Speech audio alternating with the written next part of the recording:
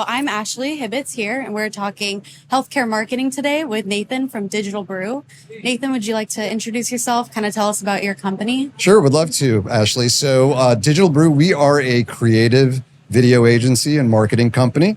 And essentially what we do in the healthcare space, as well as other spaces, is we take complex products, services, platforms, and we create short, engaging explainer videos that are designed to educate, but also to convert your prospects into customers. Yeah, awesome. Yeah, so we do that. We do training videos. We do brand hero videos, the whole gambit in terms of video content. We've been around for 11 years. Oh, wow. Along the way, we've won 22 Emmys, lots of other advertising awards as well.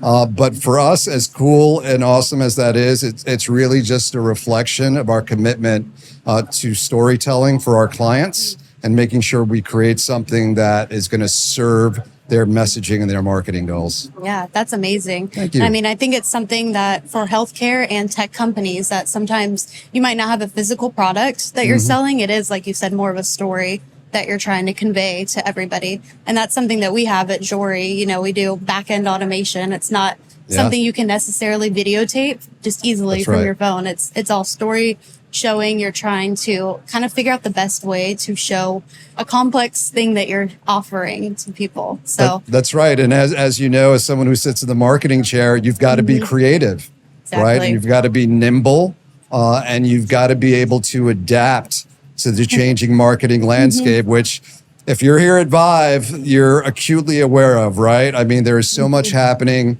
with AI. There's so much that, is happening, in privacy and content. And as a marketer or a storyteller, or even if you're someone, at a practice, you really need to know what's going on in order to be, the most effective as you can be when it comes to marketing and messaging. Yeah, exactly. And healthcare marketing seems to be a bit of a new thing in this industry. I mean, it's different than some other more tangible marketing industries that you can be in. And healthcare is something where, kind of like AI and healthcare marketing is something that we're kind of paving the way as we're moving on with things. Video content a couple years ago wasn't a thing in healthcare, especially you're talking about with the storytelling and trying to show these behind the scenes tech companies. That's something new that I'm sure you've had to figure out a way to kind of portray these things. So can you kind of tell us a bit about different video content styles that you would do for, maybe more complex solutions that you're trying to share the story about? Absolutely. At the end of the day, and I think you can appreciate this as a marketer, it's all about who your audience is, right? Who your customers are, who your patients are.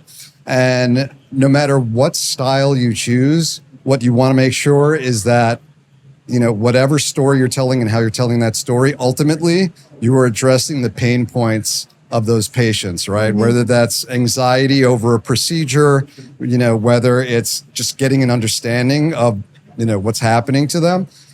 You want to make sure that at the end of the day, it's all about audience. So for us, that can mean, when we work with our clients, it might be just a simple sort of 2D motion graphic video. It might be a 2D character video, which really makes the patient the hero of the story.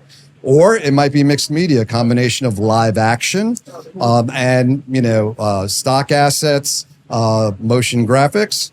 Or maybe, for something like a client testimonial where you really want to build trust and credibility, maybe that's just a live action interview, right? Like we're doing here. So really style is going to be based on who your audience is, because we're not arrogant or foolish enough to think we know your patients better than you do.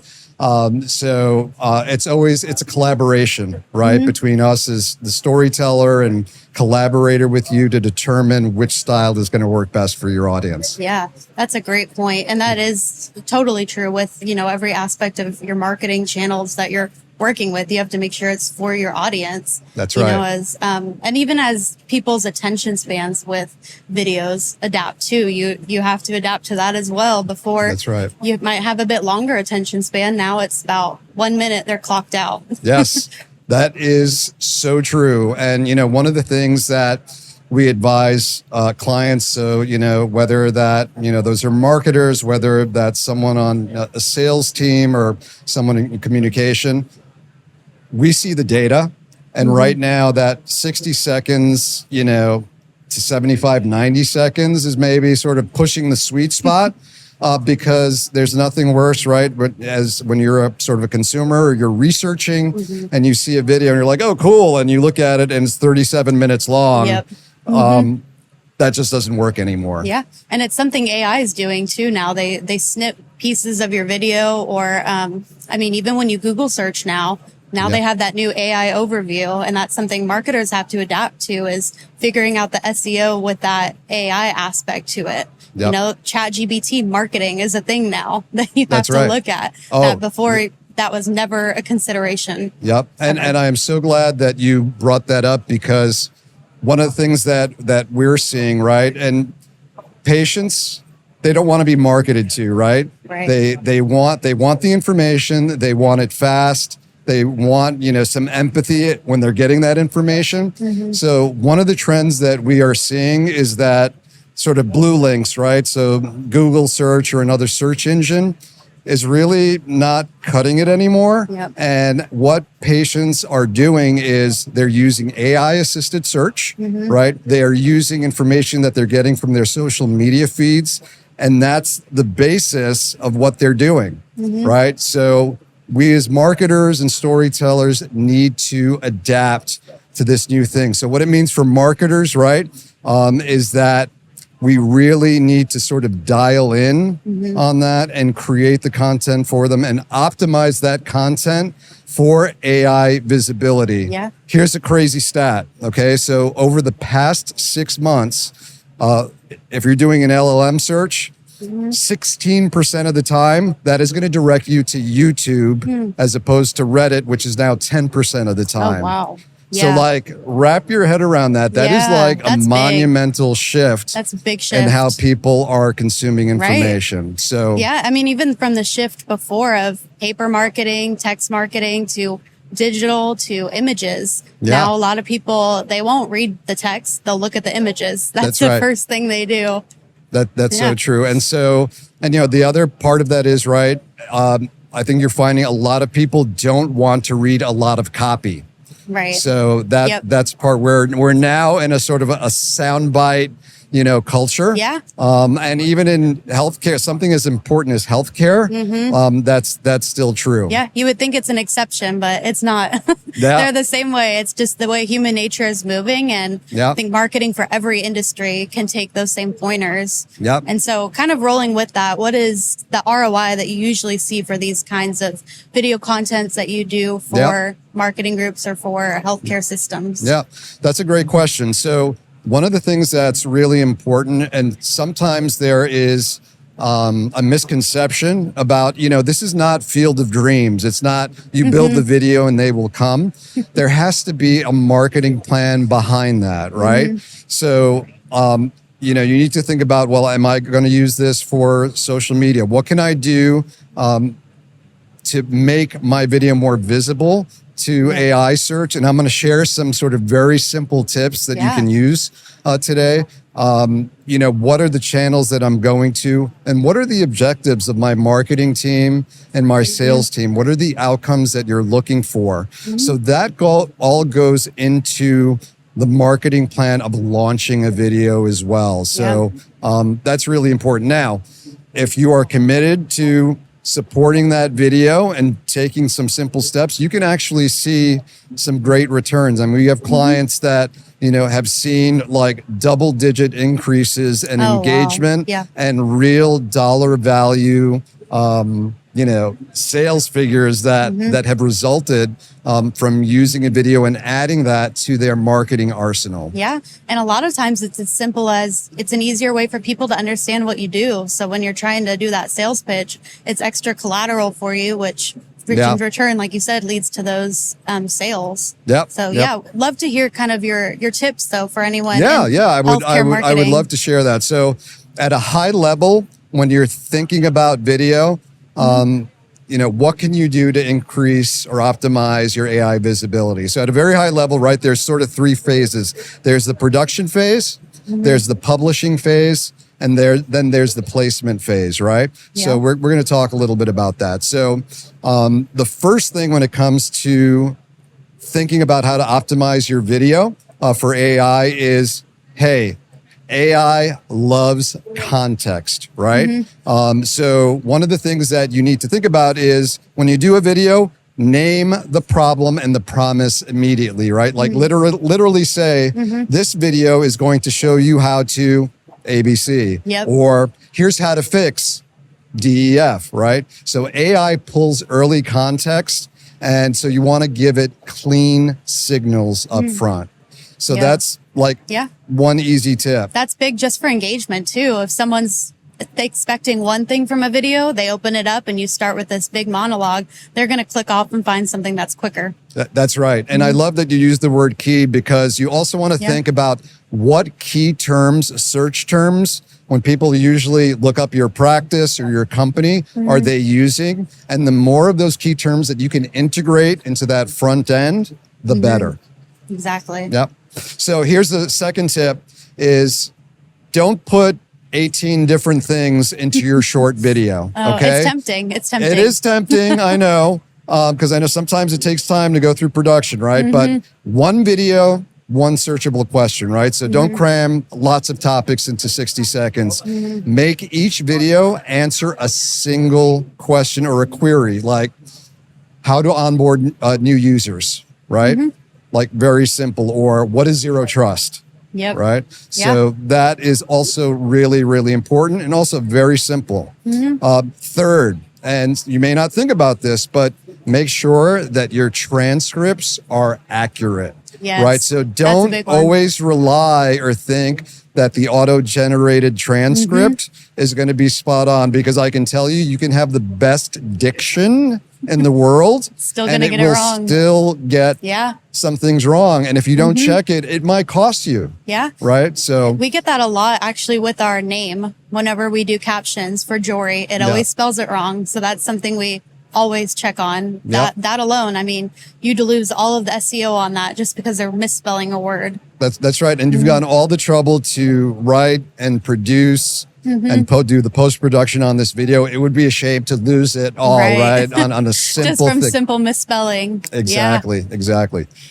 Number 4, if you can, pair that video with a resource. So whether that is a blog, a recap, a checklist, or a help doc, anything that is going to add more indexable content increases the chances that AI is going to connect your video to the right question. It's like putting it out there as many times, as many different media formats as you can, really. Yeah, that's amazing. And that's something we'll put out with, case studies, white papers. Great it's examples. a good way to answer a question, but it also gives them a bit more information, gives them a bit of that storytelling, but, obviously a little less, not as great a format as a video could be, but it goes along with it. Sometimes you need a paper format to look at alongside the video. And that's a great point, right? Because the video really should just be the appetizer, right?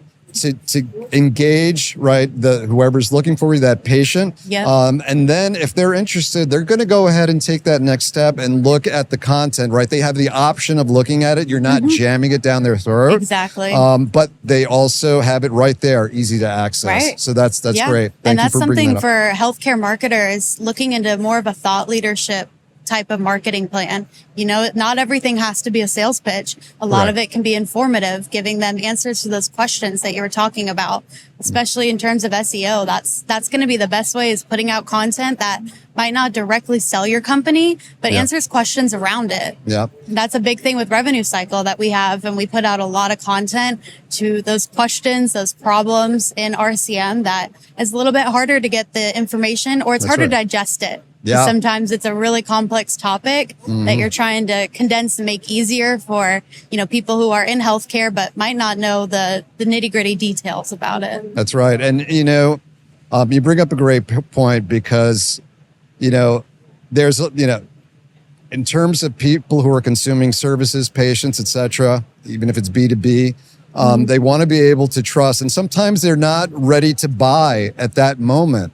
But if you're providing them with valuable content that's informative and that's engaging, it could be that 2 months down the road, especially if you're producing that content on a regular basis and they find it valuable, or they're sharing it with friends or colleagues, that can actually turn into a real conversation that's going to help your company. It also gets your name out there. It's a way with the market. I mean, AI is becoming such a crowded market that you have to make sure you can get your name out there. And something we did is, we created our mascot, the Jorie bot, which I love, by the way. Everywhere. I love the mascot. Thank you. Yes. Yeah, that's been something that, before healthcare, in healthcare marketing, you wouldn't really see a lot of mascots in it, but kind of what you were saying at the beginning of having that storytelling aspect and just relating to humans a bit more. We don't have a physical product, but we can show you kind of what it looks like behind the scenes with a cute mascot. And then for us, it makes it a little bit easier for that video content. We're able to do some cool animations of our bot, showing what it does in the revenue cycle, or just fun things in general. Like right now we have it driving an F1 car. I noticed. And it is, for those of you who have not seen it yet, it is amazing. Love it. It's so cute. But I love companies like Jorie AI that are really understanding that healthcare, while sometimes the topics are serious, right? It does not need to be stuffy, right? Yes. Because at the end of the day, human beings, we look for something that's relatable and approachable. So using a mascot certainly helps with accomplishing that. So kudos for you guys for doing that. Yeah, it's been very fun having it. And I'm sure we'll see lots of video content coming out of it, perhaps working with Digital Brew and all of that. So I think kind of my last thoughts would be any tips that you have for someone in healthcare marketing or, health and hospital systems that are needing to start getting into marketing a little bit more. Yeah. So like, regardless of whether or not you are producing the content yourself internally or you're engaging an external agency to help you with it, like a company like Digital Brew, here's some plays simple plays that you can be using now to really help get this on the road and moving. So it should not be overwhelming. It's pretty simple and straightforward. So, for example, let's take a practice, right? So here's like play number one that you can go to. Take your FAQ to clinic, right? Your pipeline, which is very reliable ROI and it's very safe. Start with the top 10 questions, right? In your FAQ by service line, and produce a 60 to 90 second explainer, but something that you can also chunk down into cut downs, right? So you'll be able to use that on your website, your digital marketing channels, social media, where people are, or even places like this, trade show events, right? So if you're going to do take the trouble of producing those 60 to 90 second spots, make them chunkable. The other thing that's really important, if you can, especially if they're going to end up on YouTube, which we highly recommend as well, is add chaptering. Chaptering is awesome. All right. In terms of really helping people navigate, because even for 60 to 90 seconds, they may be looking for a particular topic. If you can take them straight there with no muss, no fuss, that's fantastic. Exactly. Captions, as we mentioned before, also really important. So we all know, and we're all guilty of it. Sometimes we watch a video without the audio on. So if I can create engaging captions, that can help tremendously, and sometimes is equally as effective. I'm known to, I won't watch any video without captions. I put it on Netflix when I watch it.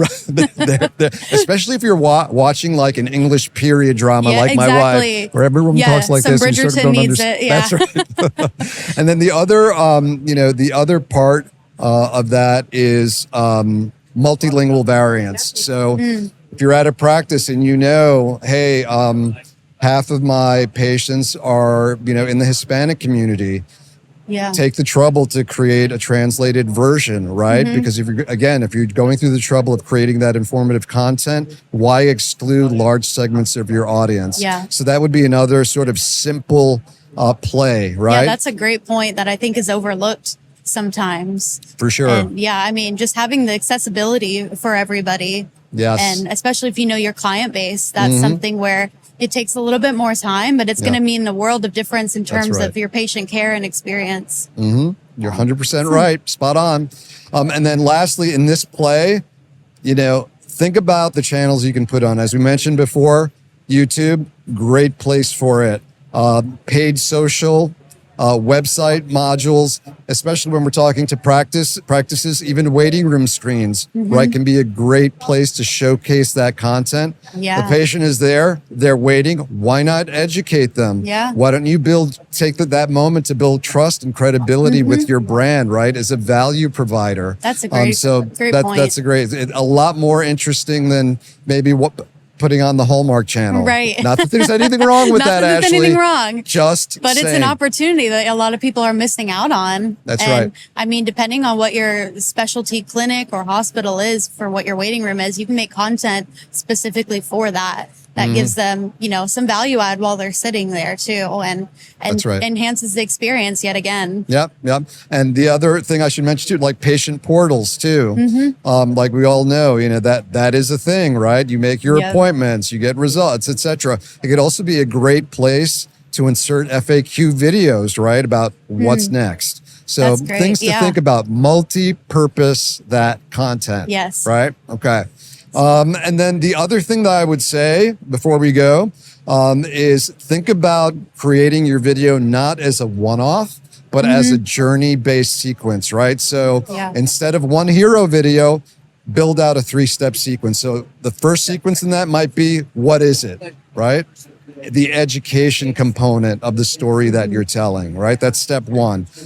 The next series or phase could be, what should I expect, right? Where you're covering process and also reassuring, the patient, right? Because there's always that anxiety and fear sometimes that you need to deal with. And then step 3, how do I take action? How do I find a doctor? How do I schedule an appointment? What do I do about referrals?